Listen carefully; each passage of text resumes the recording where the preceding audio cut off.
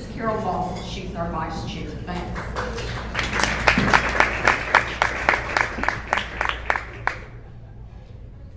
And our moderator tonight will be Gracie Ziegler.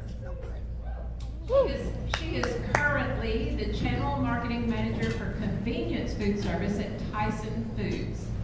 As a graduate of the University of Arkansas with a BA in creative writing, she has leveraged her marketing and communication skills throughout many career opportunities at both Walmart and Tyson over the last 15 years. Gracie, I didn't know you were that old. Or not? You started when you were like 10? Yes. Okay. My mother was. Exactly. I know that. Gracie's mom and I get mistaken for each other all the time, so if we ever do anything bad and somebody catches us, we just say, oh, it was Lynette. It was not me, so. Gracie, her husband Mike, and Presley, their 15-year-old Lavish, are Fayetteville natives and plan to always call it home. Gracie enjoys Razorback tailgating, entertaining, and the word fabulous. She has a passion for traveling and experiencing new places. She's a self-proclaimed social media super nerd, so you probably know all these things about her already if you follow her on social media. She is also a longtime volunteer throughout many organizations in Northwest Arkansas. She is the immediate past president of the Junior League of Northwest Arkansas, which she just advocated her from about a month ago.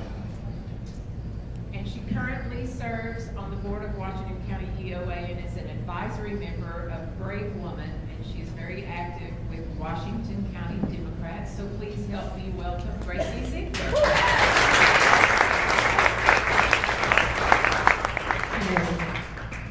Hi, thanks for being here tonight. So I sell hot dogs during the day to convenience stores, so this is kind of different for me to talk about social media, but I love social media, and if you are on social media and follow me, then you know how much I do love it.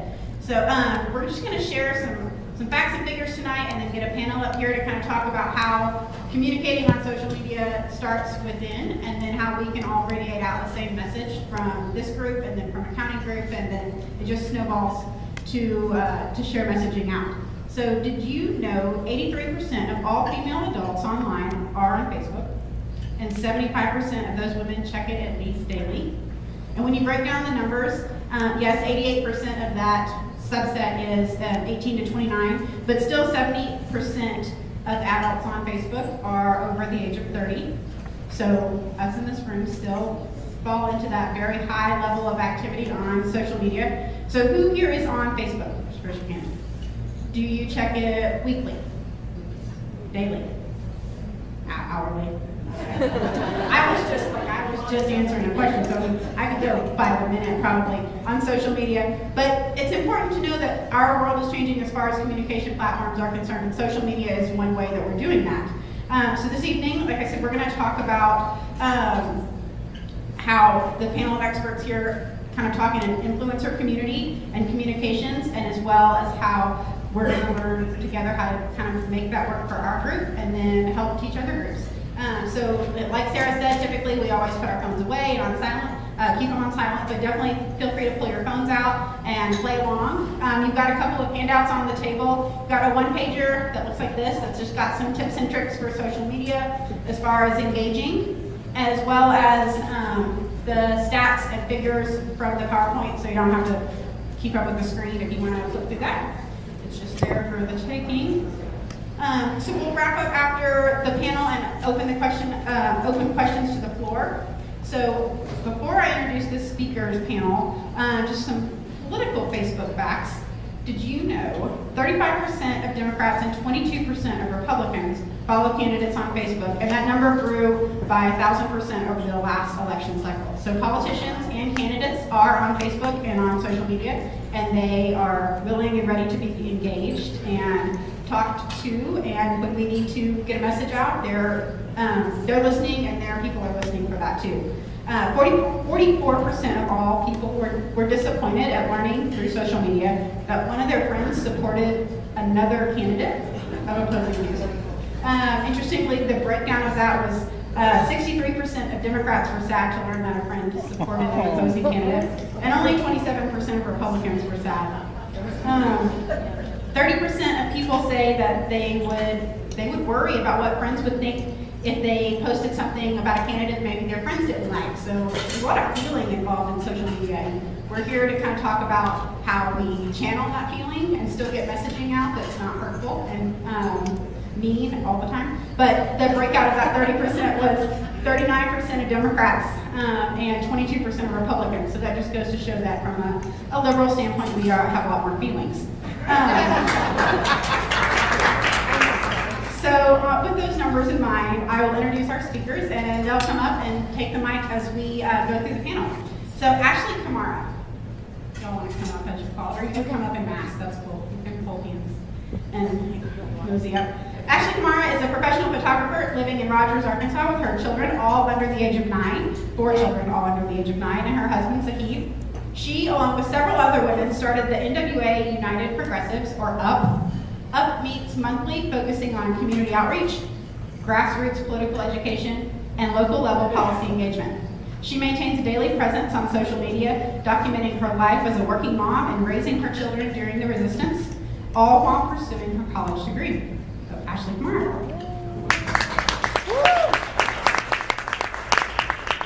Next on the panel, Lela Davidson. Lela is the award-winning author of Blacklisted from the PTA, Who Peed on My Yoga Mat, and Faking Balance, Adventures in Work and Life. She has been a freelance journalist and communicator for NBC News, Today Moms, iVillage, the Huffington Post, and she speaks nationally on media, marketing, women in leadership, and faking work-life balance. Her humorous, inspirational essays are featured in family and parenting magazines throughout North America and in Chicken Soup for the Soul for new moms. Her book marketing advice has been featured in Reader's Digest as well. As Vice President for Account Leadership and Client Partnerships at Saatchi & Saatchi, Lela leads a team of bold and creative business builders responsible for Walmart customer teams for Procter & Gamble, Coca-Cola, and other Northwest Arkansas-based clients. Born in 1969 to a 17-year-old runaway living in San Francisco in a commune, she might have taken a straighter path to a writing life. But somehow Lela emerged from her childhood haze of macrame, alfalfa sprouts, and basement band rehearsals to rebel to the extreme. She became a CPA. And then she married an engineer with excellent table manners. They have 2 kids, and they moved into an idyllic cul-de-sac where, as it turns out, life is just as ridiculous as it was in her unconventional upbringing. So in 2007, she let her accounting license lapse and started telling stories that made her laugh, cry, and cope, and sometimes all 3. Writing led to managing writers, designing content strategy, and marketing. And Lela believes it is our moral responsibility to find the things that make us lose track of time, the things that empty all the racing thoughts from our head and leave us deaf to the oven timer so we forget about the cookies or whatever else is in the oven until the smoke finds you. Writing and telling stories is her thing. When she's not working, she hangs out with her friends and family, practices yoga, eats corn chips and drinks cocktails, and finds new uses for spreadsheets. And the third member of our panel, Tyler B. Clark. Tyler is serving in his 4th term as chairman of the Washington County Democrats. Tyler also serves as the Democratic Party of Arkansas treasurer since 2014. His interest in politics sparked at an early age. He was the only student to cast a vote for Michael Dukakis in the mock presidential election in his elementary school. And his hunger for politics was still upon growing up in Arkansas while President Clinton was in the White House. Always willing to take on a fight and root for the underdog, his true political action began when he was elected president of the Benton County Young Democrats. Since that time, Tyler has been an active volunteer and advisor in a number of local, state, and federal campaigns, including, this list is long, it's very long, there's a lot of people, everybody, all the people. Tyler represented the 3rd Congressional District of Arkansas in the 2012 Democratic National Convention as a delegate, and later that year he was honored to serve as presidential elector. In 2013, he was named Democratic Party of Arkansas Democratic Man of the Year. Tyler often contributes to television, radio, and other media outlets. He has worked as a senior executive in the nonprofit sector for over a decade. His passion for politics and his nonprofit life also run deep in his belief for equality for all. Tyler was named to the 2017 Elizabeth Cook Grassroots Advocate of the National Association of Community Healthcare Centers in Washington, D.C. When not on the road for politics or doing all of the other things that have bullet points, Tyler lives in downtown Fayetteville, enjoys cheering on the Razorbacks, trying out new local brews, collecting vintage campaign buttons, and watching The West Wing and House of Cards repeatedly. As chair, Tyler is primarily responsible for the party's strategic planning, candidate recruitment, campaign headquarters operations, and fundraising. He also serves as the spokesperson for the party. So these are our panelists. And we're gonna pass the mic, and we're gonna start with Lela. So Lela, how have you used social media to mobilize moms and women around your books, around your workshop, and now at Sachi and everything you do? Yeah, thanks. Thanks for having me. Thanks for the long bio introduction. I'm gonna have to truncate that next time. Also, I can't watch House of Cards anymore because it's really scary. It's like real. It's too true. Okay. So, funny story. I got on social media in 2008 because I was working as a full-time freelance writer at the time, and Prevention magazine, super cutting edge, they really were, and they were going digital, and I got a gig with them writing, and they required that I use something called MySpace and Facebook to promote my articles. So, a few months earlier, I had actually blocked Facebook.com, whatever that was, from my home computer because we were having all these viruses, and I found out that my babysitter was going on this thing called Facebook.com, and I thought that must be the evil portal to the viruses. And so I actually had to unblock Facebook the first time I used it.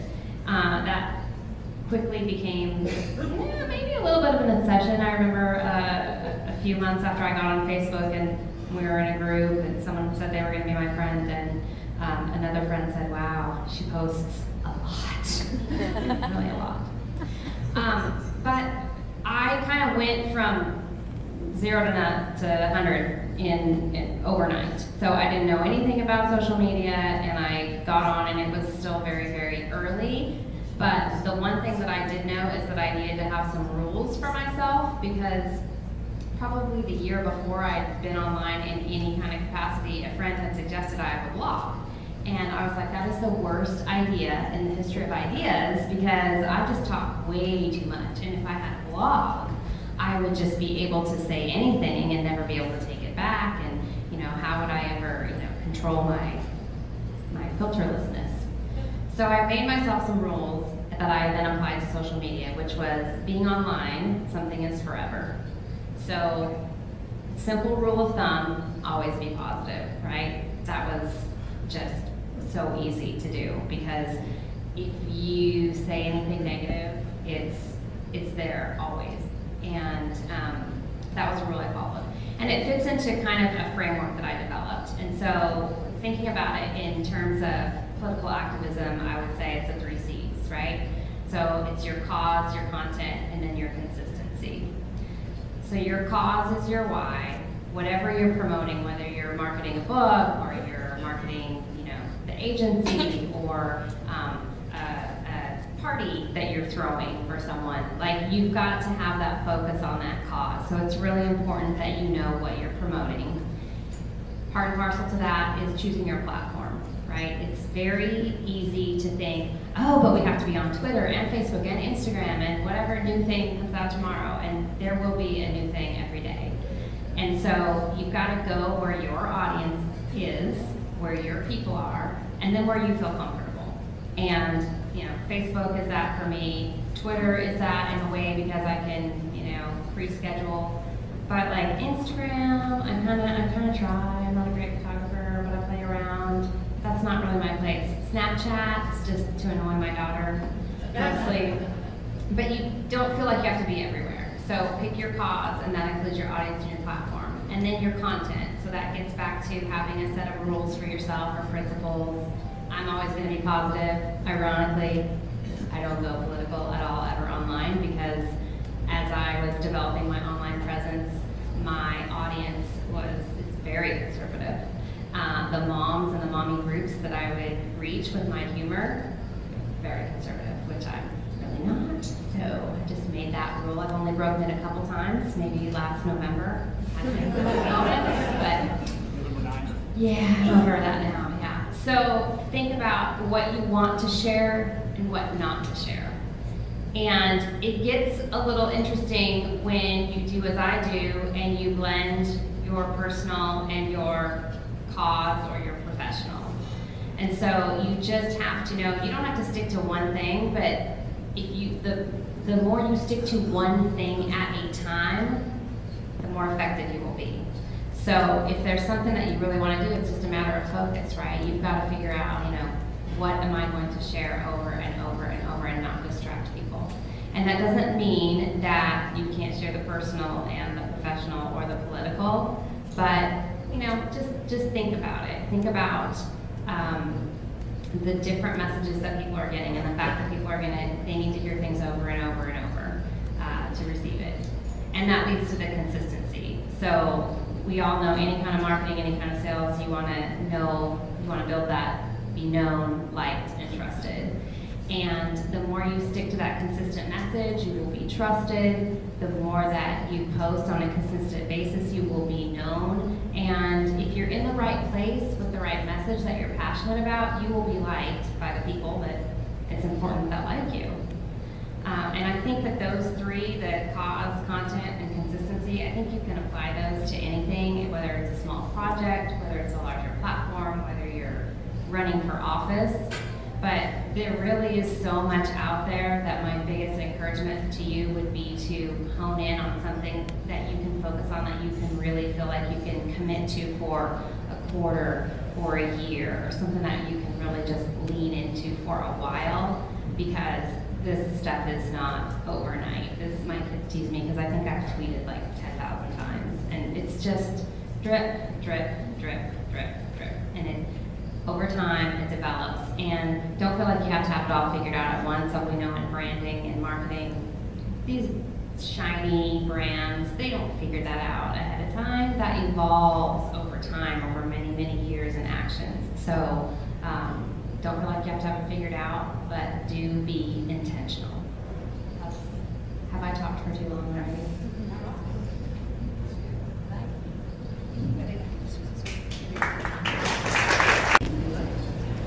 Ashley, tell us a little bit about how you use social media personally, and then how Northwest Arkansas United Progressives have kind of sprung out of social media and gone to where you are today.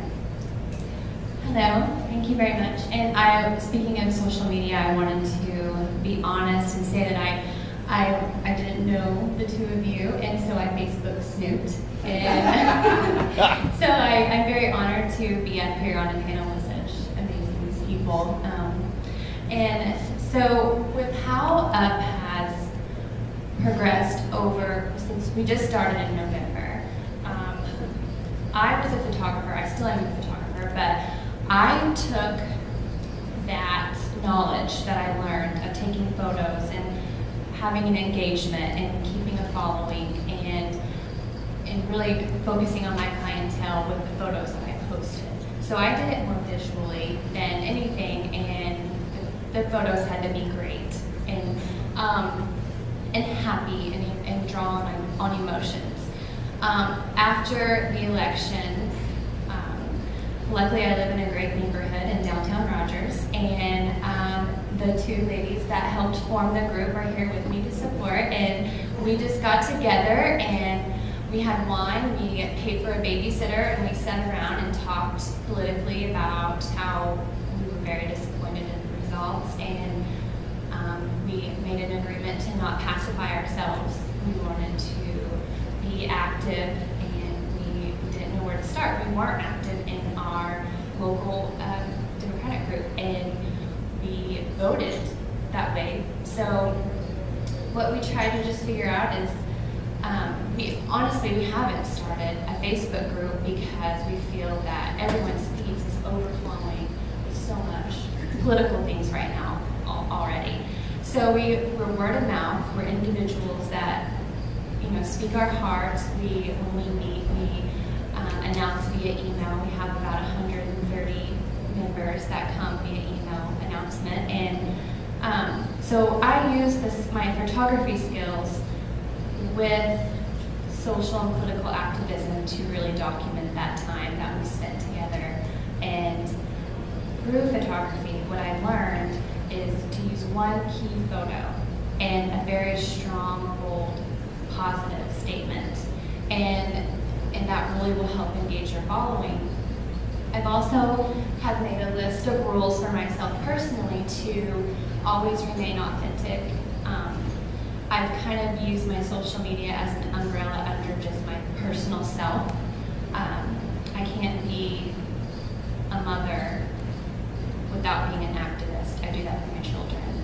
I can't be a photographer without being a mother or an activist. I can't do with them individually, so I have a good umbrella all together, and that's how it's really worked for me. And so with that, my check is, I do a gut check.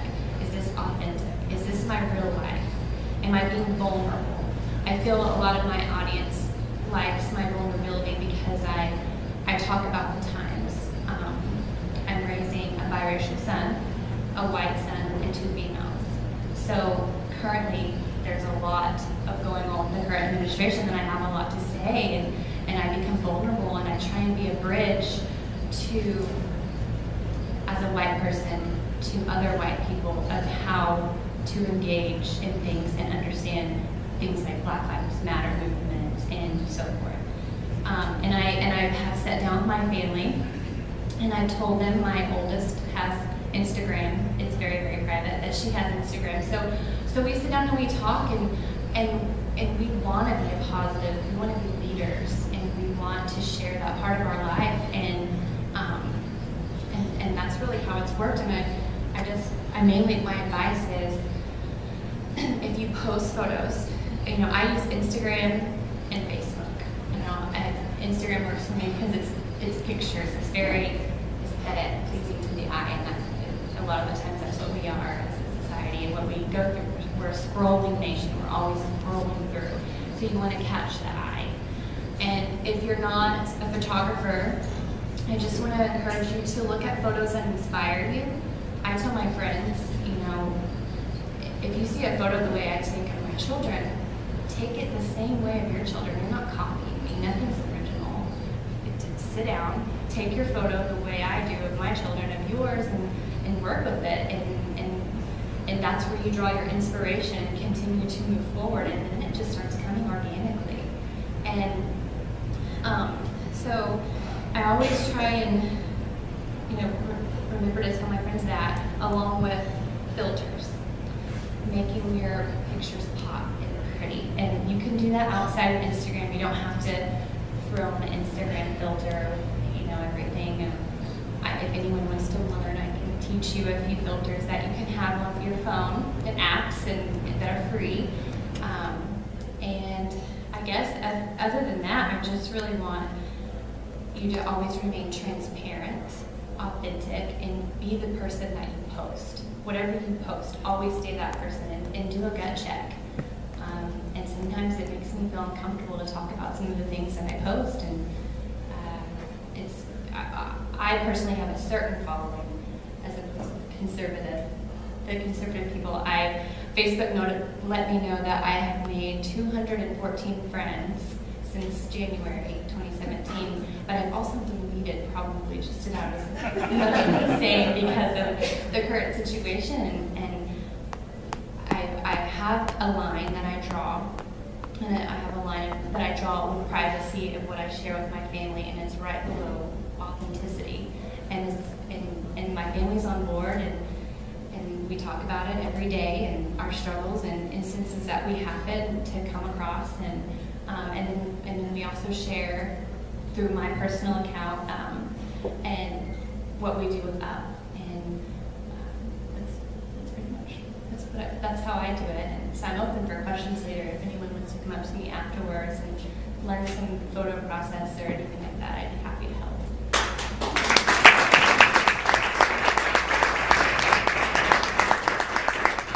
Actually, before I give the mic back, do you have any tips from the Indivisible guide that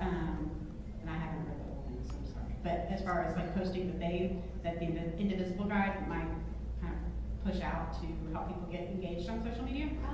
They have. So we are completely separate from the Indivisible Guide, but we always recommend that anyone that wants to do more than what we are doing, we really focus on local policy engagement, community outreach, helping those around us, connecting them, the mechanical with the emotional. You know, this policy affects this person, let's meet both. And that's what we draw on. The Indivisible Guide is on Facebook. I think they send out an email, and they give you daily calls to actions, and we always encourage everyone to follow those, because I personally can't keep up with sending out those emails and keeping up with that on Facebook, and they have a great committee that does that, and it tells you daily things to do, and they meet once a month as well in Fayetteville at the Good Shepherd Lutheran Church.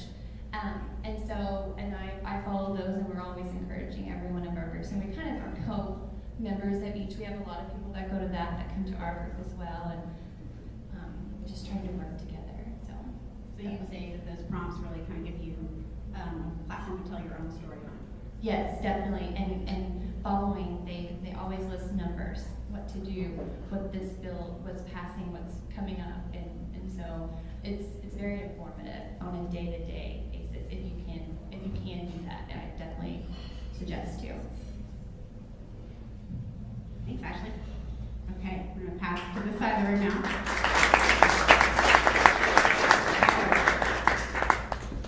What's the county party, Washington County Democrats, and then how it influences the Women's Democratic Party of Washington County? What is the county party doing to help online messaging and messaging overall be easier than ever? Thank you, Gracie. Ladies, great information so far. I appreciate you sharing your tips and tricks. One thing we want to leave with tonight is some solid foundation of what you can do in your limited time. You're already here on a Tuesday evening, and you're looking for maybe some steps to take in this very scary world of social media. I understand it's kind of hard to tiptoe in. I'm more of a Generation Xer for my age, but I also have some millennial tendencies, which means I cannot let go of this darn cell phone, because it's such a great connection to people with different belief systems, different varieties of life, and it's been such a benefit. I've grown up with social media since I was in college. MySpace was my first social media page, then Facebook, and then it's expounded. Your county party is really trying to put out specific information important to local work that we're doing. Right now, obviously, the Senate healthcare bill, if you want to call it that, is an important issue local to Northwest Arkansas, Washington County specifically. So we put out a couple of different things. You can be as engaged as you want to just via email. That's an option. We have an e-newsletter that goes out once a week. That's grown to over 2,000 people receiving that email. Not everyone reads it, of course, but they receive it. Everyone reads it, sure. I catch Lauren Marquette, our secretary, and she'll ask a question about an event. It was in the weekly update, and she'll like, oh, I didn't read that. It's not a lie. I have a microphone, so that means it's not a lie. That's Donald Trump's America right there. If you have a microphone, it's not a lie. So you can engage just via that. If you want to be added to our email list, let me know. It's every Sunday at 2 p.m. If I miss it at 2:05, Daniel Balls thinks I've died in the shower. So it always goes out at 2 o'clock on Sundays. And it really is a wrap-up and a vision casting forward of the week ahead for Democrats. What's going on locally, what events of interest for our groups that have similar interests or similar policies, things from Planned Parenthood to Arkansas Advocates. We really try to share information there. So that's one way to engage. Just very quickly, everyone has an email address? Raise your hand if you have an email address. Excellent.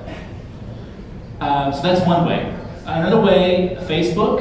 My mother loves to share dachshund memes, which are little pictures of dachshunds doing funny things. But sometimes she gets really serious and shares some political things too. Do that. You have fun with it. It's a social tool, right? If you're always business, you're going to lose part of your audience, right? So we mix it up on Washington County Democrats Facebook page, Instagram page, with some what I think is funny, so it must be hilarious. Some funny stuff, just to keep people engaged, but we also do the serious and important things. Facebook is a great tool to share factual information as it comes out. There's some of you in the room, and I'm not going to point out who, but sometimes you guys share stuff that's not super factual. You don't mean to, it just looks real. So make sure you're reading those. Everything we put out through Washington County Democrats has been vetted. It's from a major news source. It's from the party itself. You're not going to share something from us that's not been vetted previously. So that's always a safe place to share. Carol.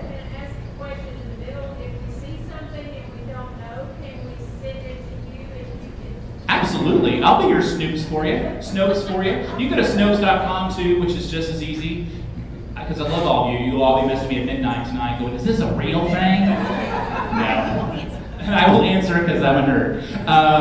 Because I've probably seen it already. So make sure you're verifying those things, but follow the party. Make sure you're following Democratic Women on Facebook. Make sure you're liking, sharing their information. And if you don't know how to do that, we'll be certainly glad to walk you through that because it is quite simple. It's made it very useful. I'm rarely on a computer, and I'm able to do almost everything I need to do on my smartphone or tablet or whatever you might have. So we're on social media, we're on Instagram, and let me tell you, if you're trying to find photos and images to propagate an idea or a vision for politics, that's hard work. You got to be able to be creative. So that's where our comedy comes from, is usually Instagram. And then Twitter is more of a very quick conversation or getting out information very quickly. Greg Leding, our state representative, is foremost predominantly a powerhouse on social media. On Twitter specifically, he was an early adopter, and he's hilarious there.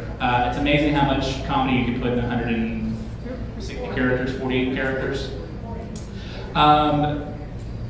Republicans outnumber us on Twitter, I guess, because you can lie easier in 140 characters than you can in anything else. So follow them too. Have a conversation, not a conversation. When you're doing your advocacy, make sure you're doing it on social media as well. They may have a portal intern in their office answering that, but it still is putting out information that's positive. So a couple things you can do is like us on Facebook, follow our Twitter, follow our Instagram, and the email is the simplest and easiest thing to do. I think it's informative, it's interactive, and we keep you engaged at any level possible.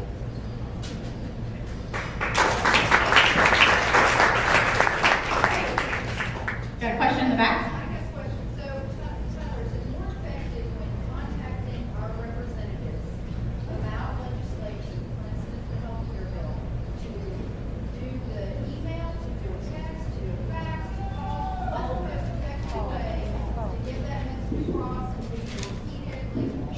Best question was, what's the most effective way when you're contacting representatives, specifically John Bozeman, Tom Cotton lately, what is the most effective social media tool or just a general tool? Well, both. Okay. What's the best way to get the message across? Make sure they're really hearing it. I don't know that they really care. I don't know if it's changed anything, but I want to at least express my opinion. Sure. I think first and foremost, the indivisible guide tells you to call, always call.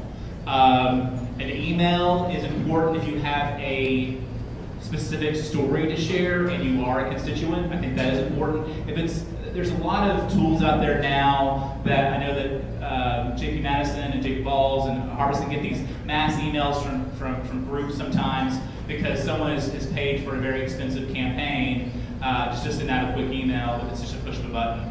If you can tell and Greg gets these too, that if you can tell a genuine story in an email, I think that's appropriate, that's fine. I think it's much more versus a form letter.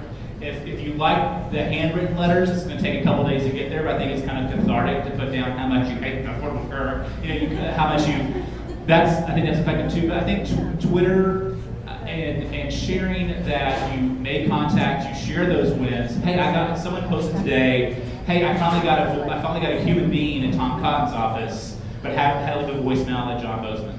And so I think it motivated me. It's like, oh, I haven't called this week. So it made me think, hopefully I'll actually get to talk to someone in Tom Cotton's office. So first and foremost, that phone call is key.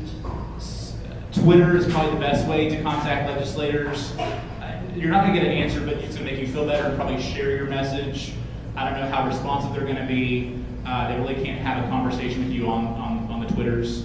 And Facebook, it's kind of that, it's more of a reputation management part for legislators on Facebook, so it's probably not super effective. So Twitter, tagging them in posts, tagging them in photos, and tagging their actual official page, not their campaign page, because they are separate sometimes.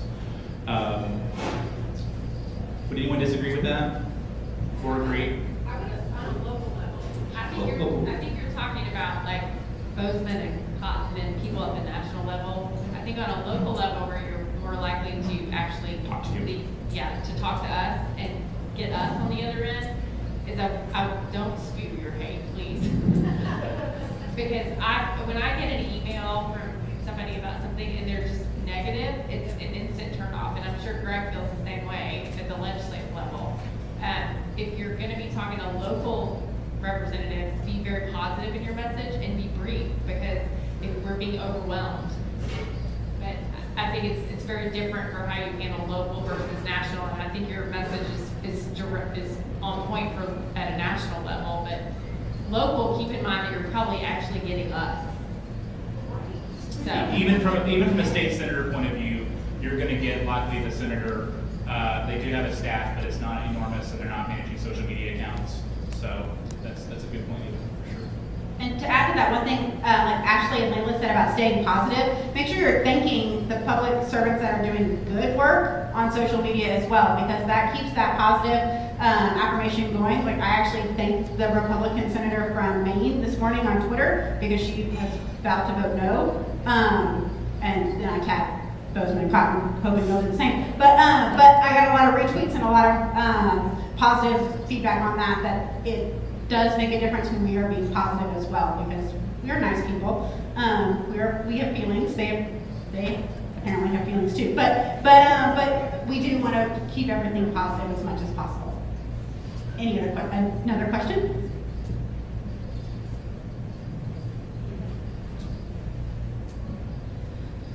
My question is, when is it appropriate to unfriend or block someone? If you're wanting to get your message out as much as possible and you have someone, maybe someone from high school, perhaps, who is just raising all sorts of hell and just being cantankerous and disagreeing with everything, and you spend too much time pointing out all the ways that they're saying something that's completely wrong.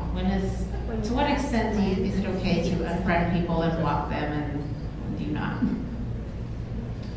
I find the unfollow button is much more cathartic than removing them as a friend, because sometimes you can put yourself into a vacuum, a literal vacuum, so you're only getting the literal version. We had Brent Robinson from Mod Thing come speak to Democrats a couple months ago. He talked about you're getting your source from people they're using the same language and the same voice you are. So sometimes for your blood pressure, it's not always great to have that crazy uncle, which we all have, or that really high school friend that is out of touch. I think it depends on how much you can tolerate, but I think it's also good to hear what the opposing team is saying and some talking points they're getting straight from Fox News, which then Donald Trump's getting straight from Fox News. And then, so it's just, I think it's nice to have that other point of view in moderation, but also find someone that can match intellectually with you. Maybe it's a college friend who's a Republican. That may have some really fiscally conservative views on something that might be something you could adopt. Because has anyone read "Don't Think of the Elephant" by George Lakoff? Great book, right? Talks about, we won't get into it now, but it's a great opportunity to actually start using the language back to them that they use to us. You know, they own values, they own God, they own prayer. There's some benefit there to kind of talk back into their own language. We're really trying to change minds and hearts.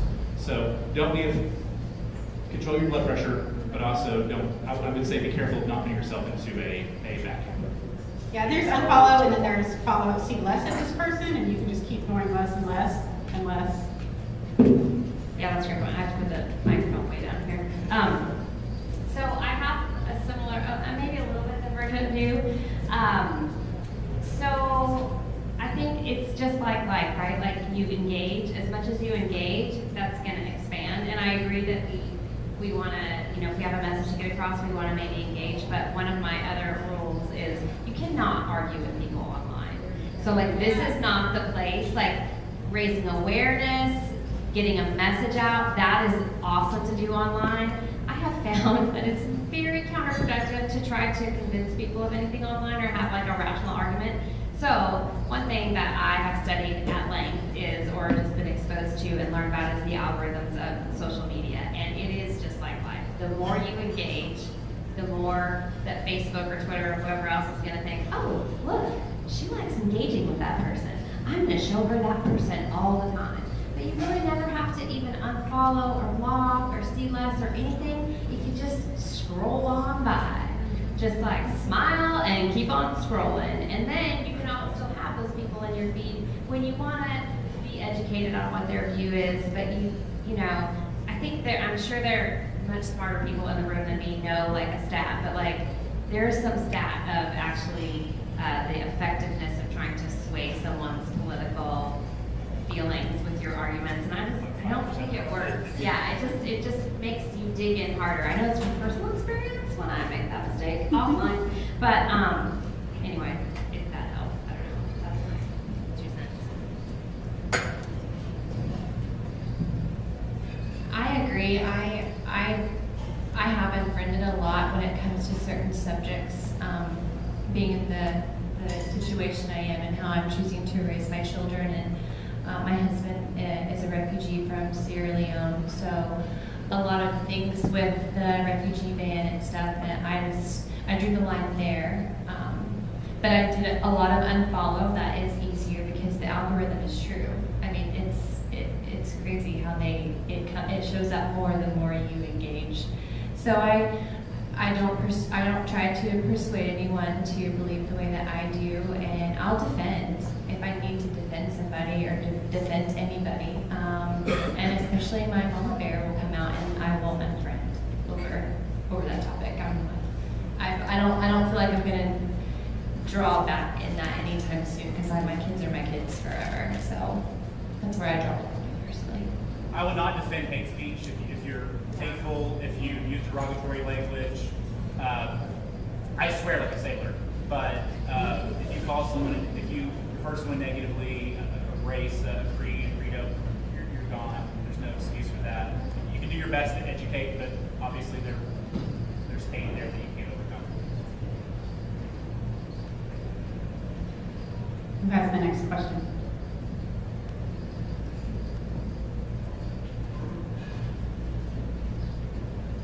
Okay, well, Right here. one at the same time.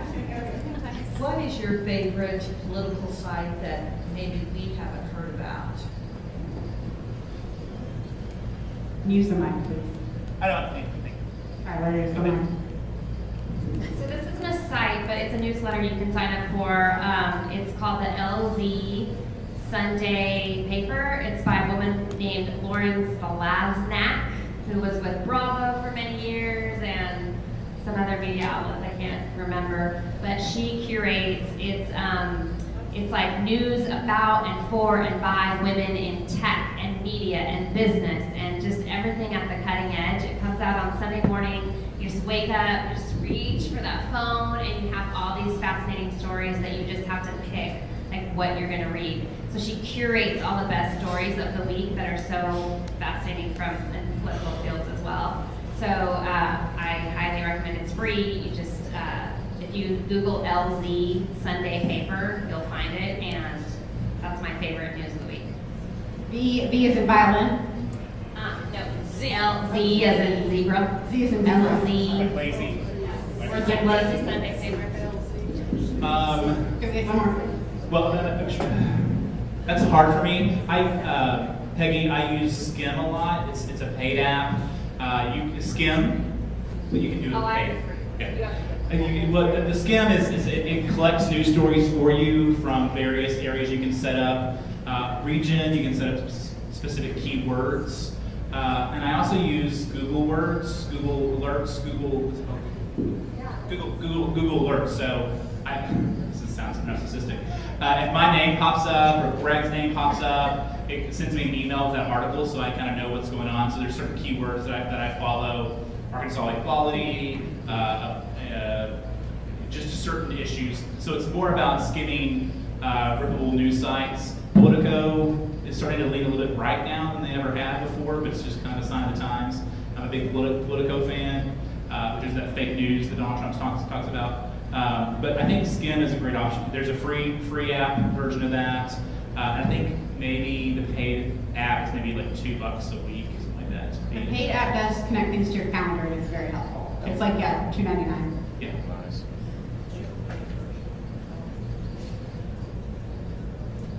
So I was going to say skin as well. But I like to follow Dan Rather on Facebook. Oh, yeah. Does anyone else? And so and he's Stem News and Guts, and so those are my favorites. News and Guts. It's Dan Rather. I think it stemmed from him. He started it. I'm not sure, but that's my favorite. I have it. You can choose to on Facebook to see, instead of unfollowing, you can say see first. And so I have a few of those things popping up in my feed as first. So those are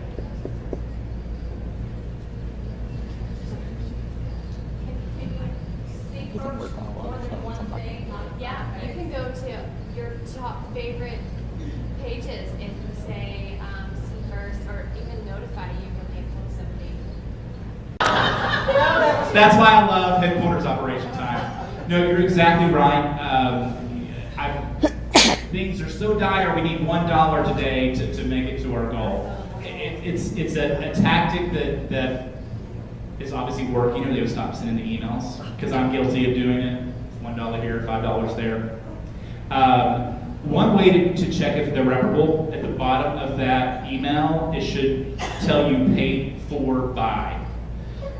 There are probably 4 or 5 different entities of the Democratic National Committee that are emailing you. The DNC is one of them. The DLCC, which is Democratic Leadership, DLCC, Leadership something Committee. Democrat Leadership Committee, DLCC, funds state candidates. The DCCC funds congressional candidates. And the DSC, Democratic Senate Committee, funds Senate races. So they all share the same list, I'll be honest, that once you sign up, one that shares you across the board. We do not share our list at the Democratic Washington County Democrats. It's just not shared, even with candidates. Sorry, candidates, we just don't do it. So just verify it's coming from a confirmed place. Your dollars are better spent, and I'm just going to tell you, locally and to candidates individually. The DNC gives very little money back to the state party, and none of it comes locally. So if you feel passionate about a cause specifically, find a candidate that connects with that cause. If you care deeply about women's health, connect with a candidate that cares about women's health. If you LGBT issues, find a candidate that connects with that. Your local, not to the horn of the Democratic women, the work that they're doing locally, help pay for the room. That's the biggest benefit, I think, I know is to give locally. And even the state party, I'm the treasurer of the party, so I have to say it, likes donations as well. Do we have press in the room tonight? Of that, I think your best return on investment right now is to your local candidates and your local party. That's all I'm saying. We are right at time. A couple of closing words, and I know we have a prize to draw, so that is definitely, we don't want to get in the way of that. Just, we heard a lot of C's and P's and B's. So cause, content, consistency, and connectivity. Being personal, professional, and political, and we can't all live under the same umbrella, but doing that with all those C's in mind. And then from a B perspective, be international, or be intentional. You can be international too. Be active, be authentic, balanced, and bold. So those are all words that really resonated, I think, to me as listening to the panel. And for a little math, a little Facebook specific math for us, the Washington County Democratic Women's page has 758 likes. The Washington County Democrats have 2,298 likes. And on average, each of us have about 200 friends. So if you do that math out for a reach perspective, if everybody that was part of those groups shared the messages even on a weekly basis, we would reach over 500,000 people worldwide, because we have reach throughout the entire world. So that's the importance of sharing and sharing your story and sharing your message, so that people understand why you're connected and why you do what you do and why you stand up for what you do and why you're telling your authentic self. So again, let's give our panelists a round of applause. Thank you all for being here, and thank you for the great questions. And we'll send out the recap information and the one pager out to everybody as well. So if you have a friend that missed it, be on the email lookout for that.